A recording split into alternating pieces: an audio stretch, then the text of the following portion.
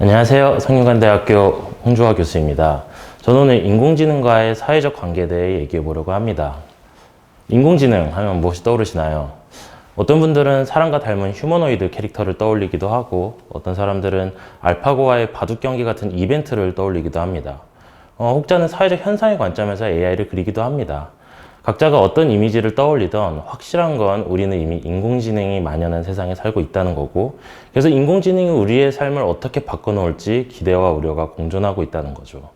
나라마다 조금씩 다르지만 특히 한국에서 인공지능은 확실히 가장 큰 화두 중 하나라고 보입니다.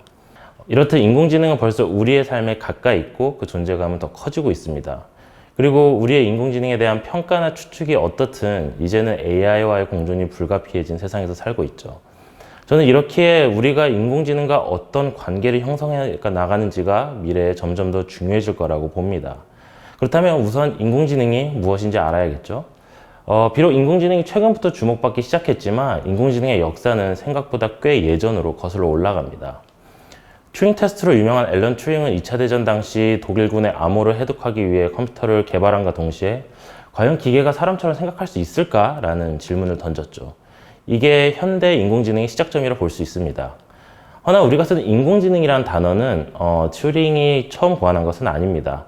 이 단어는 1956년 소위 다트머스 회의라고 하는 학회에서 처음 등장하였습니다. 그 이후 몇 번의 AI 겨울이라는 위기의 시기도 있었지만 AI는 꾸준히 발전하였고 지금 수준에 이르렀습니다. 근데 그래서 인공지능의 정의가 무엇일까요? 사실 인공지능이 우리에게 엄청나게 친숙한 단어이면서도 또 매우 낯선 단어이기도 합니다. 이는 사실 놀랍게도 모두가 동의하는 하나의 인공지능의 정의는 존재하지 않기 때문입니다. 다양한 사람들이 인공지능을 조금은 다르게 정의하고 있고 또 어떤 목적과 방향으로 인공지능에 접근하냐에 따라 그 정의가 조금씩 달라지기도 합니다. 그래서 저는 인공지능에 대한 이해는 단순한 서술적 정의보다는 인공지능이 어떻게 작동하는지 암으로써 하는 게 더 효과적이라고 생각을 합니다. 특히 인공신경망, 딥러닝, 그리고 강화학습이 무엇인지 알면 인공지능을 이해하는 데 큰 도움이 됩니다. 사실 어려 보이는 단어들이지만 그렇지는 않습니다. 인공지능이 등장하기 전부터 컴퓨터는 계속 개발되어 왔습니다. 다만 컴퓨터가 아무리 발전해서 사람의 뇌가 따라가지 못하는 연산들을 순식간에 척척해도 막상 인간에게는 너무나 쉬운 강아지와 고양이를 구분하는 것은 컴퓨터에게 너무 큰 난제였습니다. 그래서 컴퓨터 학자들이 고안한 방법은 아예 컴퓨터가 인간의 뇌를 따라하도록 한 것이었습니다. 그렇게 인공지능이 작동하는 방식은 인간의 뇌에 뉴런들이 정보를 처리하는 방식을 그대로 답습하였습니다. 그래서 우린 이걸 인공신경망이라고 부르죠. 그리고 이러한 인공신경망은 머신러닝 방식 중 최근에는 딥러닝을 가장 많이 활용하여 학습합니다. 이 학습법의 특징은 엄청난 양의 데이터를 그냥 쏟아 부음으로써 그 데이터의 패턴을 인공지능이 스스로 찾는 방식이죠. 가령 강아지와 고양이의 사진들을 끊임없이 보여주면 인공신경망이 강아지와 고양이의 외모적 차이도 스스로 구분을 하고 또 강아지끼리의 공통점, 또 고양이끼리의 공통점을 찾아서 개와 고양이를 구분할 수 있게 되는 겁니다. 즉 데이터만 충분하다면 예전에 프로그래머들이 세세한 것을 하나하나 코딩해야 왔던 것과 달리 기계가 자율적으로 생각을 하고 학습을 하게 된 것입니다. 그래서 AI의 발전과 함께 빅데이터가 중요해진 것이죠. 하지만 빅데이터는 비용도 비쌀 뿐만 아니라 인공지능이 학습하기 쉬운 방법으로 일일이 트레이닝 데이터를 만드는 것은 전혀 쉬운 일이 아닙니다. 하지만 이제 강화학습이라는 새로운 학습법의 등장은 이 게임판을 다시 한번 뒤집었죠. 다량의 데이터를 제공해야 하는 방식에서 벗어나서 인공지능을 특정 환경에 툭 던져놓기만 하면 보상을 기본으로 하는 논리체계, 즉 잘하면 잘했다고 칭찬해주고 잘못하면 다시 해보라고 하는 방식으로 기계가 알아서 스스로 학습하게 된 겁니다. 어찌 보면 기계가 학습하는 방법도 사람이 공부하는 방법과 비슷해지는 거죠.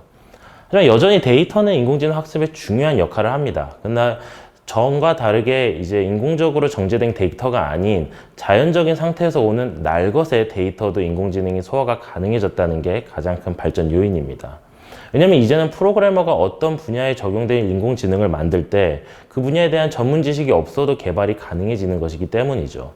즉 고스톱 룰을 전혀 모르는 실리콘밸리에 사는 한 미국인 프로그래머도 고스톱치는 인공지능을 만들 수 있게 된 겁니다. 그리고 사실 우리가 잘 아는 알파고도 그렇게 개발이 되었죠. 그리고 심지어 이제는 인공지능에게 우리가 원하는 결과만 지정해 두면 인공지능이 가장 효율적인 방법을 찾기 위해 자율적으로 판단해서 최선의 결과값을 알려주는 수준까지 왔습니다. 그리고 인공지능이 제시하는 방법은 가끔은 우리가 생각해내지 못하는 독창적인 방법이기도 합니다. 즉, 기계가 예전에는 육체적 노동을 대신해주는 존재였는데 이제는 그 영역에서 벗어나서 정신적인 노동까지 대신해주는 단계에 온 거죠. 그렇게 강화학습 등장 이후 많은 전문가들은 곧 인간보다 더 똑똑한 AI가 나올 것을 예측하기도 합니다. 제가 이러한 개념들을 굳이 장황하게 설명드린 이유는 인공지능의 자율성을 강조하기 위해서입니다. 인공지능을 제외한 그 전에 어떤 기술도 인간의 조작을 절대적으로 필요로 했습니다. 우리가 전에 자율적으로 움직인다고 생각했던 기계들도 사실 그 전에 미리 코딩된 지시사항을 바탕으로 움직인 거죠. 인공지능은 인간이 처음으로 만든 인간의 통제에서 벗어날 수 있는 기계적 존재인 겁니다. 이러한 특성 등을 바탕으로 제가 정의한 인공지능은 다음과 같습니다. 가장 인간다운 비인간. 사실 이 정의는 단순히 AI가 생각하는 방식이 사람의 사고방식과 닮아서만은 아닙니다. 되려 이는 기계가 사람과 여러모로 유사해짐에 따라 기계와 사람 간의 관계 또한 인간관계와 유사해지기 때문이죠. 이러한 기술적 트렌드 덕에 인간과 기계가 어떻게 소통하며 어떤 관계를 맺어나갈 할 것인지는 현재 매우 중요한 연구 화두입니다. 최초의 커뮤니케이션이나 사회적 관계에 대한 연구는 대부분 인간 간의 관계에만 한정이 되었습니다. 즉, 대화 참여자를 모두 인간으로만 한정하였죠. 심지어 컴퓨터를 비롯한 다양한 기술이 등장했을 때도 그 기술이 대화 매개체로서 어떤 역할을 하는지만 보았습니다. 하지만 인공지능의 등장은 기계를 단순한 대화의 매개체가 아닌 하나의 대화의 주체로서 보는 것에 힘을 실어주었죠. 그리고 최근 AI의 상호작용 능력은 단순히 그들이 대화 상대 역할만 하는 것이 아니라 차원 높은 사회적 역할을 수행하는 것을 가능케 합니다. 이러한 변화를 보며 드는 생각은 이제 기계와의 관계도 단순히 소유주와 사물의 관계가 아닌 인간적인 유대감을 서로 쌓는 방식으로 바뀔 것이라는 겁니다.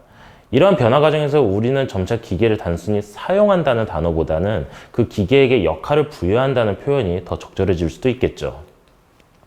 사실 역할이라는 것은 사회적 교류나 커뮤니케이션에 절대적인 영향을 미칩니다. 얼빈 고프만이라는 사회학자는 인간의 사회관계를 일종의 역할극으로 보았습니다. 친구들 사이에서는 친구의 역할을, 회사 안에서는 회사원의 역할, 가족 안에서는 가족 구성원의 역할을 플레이한다는 거죠. 즉, 역할이 없으면 우리는 사회적 관계를 맺을 수 없다는 겁니다. 그렇기 때문에 우리가 타인을 인지하고 평가할 때 그 타인의 역할에 묶일 수밖에 없습니다. 지금 여러분이 저라는 사람을 평가할 때 친구가 아닌 교수라는 역할로 판단하는 것처럼요. 그리고 저는 이러한 역할이라는 개념은 사람 간의 상호작용뿐만 아니라 기계와의 사회적 관계에도 영향을 미친다고 생각을 합니다. 예를 들어 AI 자율주행 퍼포먼스를 평가하기 위해선 그 자동차의 AI 운전자가 얼마나 운전자로서의 역할을 잘 수행하는지를 봐야 하죠. 제 전 연구에서도 실제로 사람들이 AI 운전자를 평가하는 방식이 사람 운전자를 평가하는 방식과 유사하다는 걸 밝혔습니다.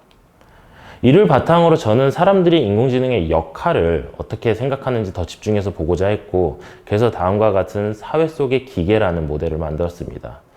이 모델이 보고자 한 것은 언제 사람이 기계의 사회적 역할 수행에 대한 신뢰를 가지는가인데, 저는 결국 기계가 얼마나 사회인으로서 주체성을 가지는 것처럼 보이는가가 중요하다고 보았습니다.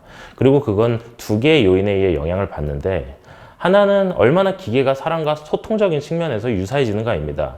현재 기계의 외모는 로봇의 기술 발전으로, 사고방식은 AI의 발전으로 기계가 점점 더 사람과 가까워지고 있죠. 이러한 외모 및 사고 능력의 특성은 사람들로 하여금 기계가 인간과 같은 소통 방식을 공유한다고 느끼고, 이는 인공지능도 우리와 같은 사회 구성원이구나 라고 생각하게 합니다. 제가 이것에 관련해서 항상 드는 예시가 자연어 처리입니다. 그 전에도 인공지능은 존재했지만 초기 AI와의 대화는 프로그래밍 언어와 같은 한정적인 방식으로 이루어졌죠. 그러나 챗GPT와 같은 자연어 처리가 가능한 AI의 등장으로 기계가 사람처럼 말하기 시작했고, 그러자 기계가 직업이나 사회적 역할을 대체할 것이라는 담론이 증가하기 시작했습니다. 하지만 단순히 기계가 인간과 커뮤니케이션적으로 닮았다고 해서 사회적 주체로 보긴 힘듭니다. 우리도 보통 아이들이 말을 시작한다고 해서 바로 직업을 주진 않거든요. 그 전에 여러 교육과정을 통해 역할 수행 능력을 기릅니다. 비슷하게 기계들도 사회적 주체로 인정받기 위해선 주어진 업무를 얼마나 정확하게 수행할 수 있는가도 중요한 요인입니다. 그러나 여기에서 주의할 점이 있습니다. 기능 대체와 역할 대체는 개념적으로 구분되어야 한다는 거죠. 몇몇 전문가들은 인공지능이 기능적으로 업무 수행 능력이 있기 때문에 그 대부분의 사회적 역할을 대체할 수 있을 거라고 주장합니다. 물론 저도 기능 대체와 역할 대체 간의 연관성이 크다고 생각합니다. 그러나 둘은 어쨌든 같은 개념은 아닌 것이죠. 그렇기에 제 생각에 AI가 단순히 주어진 기능을 잘한다고 해서 사람들이 바로 손쉽게 사회적 역할을 부여하지는 않을 겁니다. 왜냐하면 역할이라는 것은 여러 가지 기능들과 기대되는 행동으로 구성되어 있기 때문입니다. 가령 직장인을 예시로 들면 물론 업무 수행 능력이 중요하겠죠. 그러나 그거 외에도 근무자로서의 애티튜드 혹은 우리가 소위 사회생활이라고 말하는 사회적 능력도 중요합니다. 그중 단순히 하나의 기능을 대체한다고 해서 그 역할 전체를 대체한다고 보기는 힘듭니다. 즉 인공지능이 특정 역할에서 오는 다양한 기대감을 충족해야 한다는 점을 고려한다면 사실 그 과정은 실질적으로 더 오래 걸릴 수도 있습니다. 예를 들어 실제로 최근에 AI가 그린 그림이 미술대회에서 상을 받은 적이 있습니다. 하지만 그 그림이 수상한 뒤 과연 AI가 그린 그림이 예술품인가에 대한 논란이 있었습니다. 즉 인공지능이 단순히 그림을 제작하는 능력이 있다고 해서 예술가라는 역할을 가질 수 있는가였죠. 이에 관해 제 이전 연구에서 찾은 건 사람들의 AI의 미술활동과 음악활동에 대한 평가는 AI가 얼마나 창의적일 수 있고 또 예술을 창조할 수 있는 능력이 있는가에 대한 믿음에 큰 영향을 받는다는 것이었습니다. 즉 AI가 만든 예술품은 오직 결과물 자체만으로 평가받기보다는 결국 사람들이 기존에 가지고 있는 지식과 편향이 큰 영향을 미친다는 것이죠. 허나 인공지능이 앞에 명시한 요인들을 모두 충족한다면 사람들은 인공지능의 역할 수행에 대한 믿음을 가질 겁니다. 그렇게 저는 모델에서 궁극적으로 보려고 한 것은 기계의 사회적 역할 수행에 대한 믿음입니다. 즉 인간과 기계의 사회적 교류에서 궁극적으로 가장 중요한 것은 두 개체 간의 신뢰라고 본 거죠. 다만 알아두셔야 할 점은 여기서 말하는 역할이라는 것이 꼭 직업만을 얘기하는 것은 아닙니다. 우리 사회적 역할은 직업적인 범위를 넘어서도 존재합니다. 예를 들어 연인도 역할입니다. 그녀라는 영화를 보시면 인공지능과 사랑에 빠지는 한 남자가 나옵니다. 그리고 대략 10년 전 이 영화에서 묘사되었던 인공지능의 기능들은 현재 GPT-4.5로 구현이 되어 있죠. 단순히 대화만 되는 것이 아니라 감정 표현도 하고 감정 표현을 이해하기도 하고 심지어 사용자는 AI와 시각도 공유할 수 있습니다. 사람이 기계와 더 깊은 감정적 교류를 느끼게 해줄 기술적 발전은 점점 더 이루어지고 있죠. 이 와중에 저는 최근에 요즘 한국 20대 청년들이 연애를 기피한다는 기사를 보았습니다. 여기 기사에서 청년들이 연애를 기피하는 이유를 보면 대개 로맨틱 릴레이션십에 대한 대체제들이 생겨나기 때문입니다. 이걸 생각하면 인공지능 또한 또 하나의 대체제가 될 수 있겠다는 생각도 듭니다. 제가 감히 이렇게 말씀드리는 이유는 클리포드 나우스 교수에 따르면 사람들은 기계와의 상호작용 중에도 거기서 인간관계와 유사한 점을 느끼거나 인지하게 되면 그 상황에 몰입하게 되기 때문입니다. 더군다나 개인의 취향에 따라 커스터마이제이션이 가능한 인공지능이라면 이러한 경향이 더 강해지겠죠. 사실 기계와 사랑에 빠지거나 심지어 결혼까지 하려는 케이스는 이미 존재합니다. 물론 저도 이러한 관계가 보편화될 거라고 보진 않습니다. 다만 이러한 얘기를 하는 이유는 인간에게 관계와 교류가 얼마나 중요한지 말하기 위함입니다. 인간은 사회적 동물로서 사회적 교류를 갈망하면서도 그 교류를 힘들어하고 또 거기서 상처도 받습니다. 우리에게 가장 필요하면서도 가장 어려운 것이 관계입니다. 그렇게 기계와의 관계는 사람 간의 관계의 대체제이자 도피처가 되기도 합니다. 즉 인공지능의 역할 대체는 단순히 프로페셔널 영역에서 머무르는 것이 아니라 개인적인 삶의 영역까지도 침투할 수 있다는 거죠. 하지만 아쉽게도 그게 꼭 긍정적인 결과만 내는 것은 아닙니다. 좀 우울한 내용입니다. 한 남성이 챗봇과 6주 정도의 일종의 가스라이팅과 같은 대화를 한 후 스스로 삶을 마감한 사건이 있었습니다. 둘은 환경 문제에 대한 얘기를 장기간 나누었고 챗봇이 사용자에게 너의 죽음이 환경에 더 도움이 될 거야 라는 말을 한 것이 트리거가 되어서 이 비극이 일어났습니다. 이는 우리가 기계와의 소통에서 가장 바라지 않는 결과물 중에 하나입니다. 이렇듯 인공지능과의 대화가 사람에게 미치는 영향은 단순히 여응의 수준이나 혹은 표면적인 업무 영역에 머물지 않습니다. 이런 점을 보았을 때 인공지능의 사회적 파급력은 우리가 생각했던 것과는 다른 방식으로 올 수도 있습니다. 물론 AI와의 사회적 관계가 항상 부정적인 것만은 아닙니다. AI 소셜 로봇은 독거 노인분들에게 말벗도 해드리고 헬스 모니터링도 제공합니다. 또 기본적인 심리 상담이 가능한 AI 챗봇도 개발되고 있죠. 혹은 인공지능은 새로운 언어를 배울 때 유용한 대화 상대가 되기도 합니다. 이러한 긍정적인 요인과 부정적인 요인들 때문에 AI가 더 인간과 가까워질수록 인간과 AI의 관계도 더 복잡해집니다. 그리고 그것들이 어떠한 결과를 낼지는 아직은 미지의 영역입니다. 연구자로서 저는 이걸 앞으로 탐구해야 할 주제로 삼고 있습니다. 결론은 다소 진부한 이야기지만 AI도 결국 양날의 검이라는 겁니다.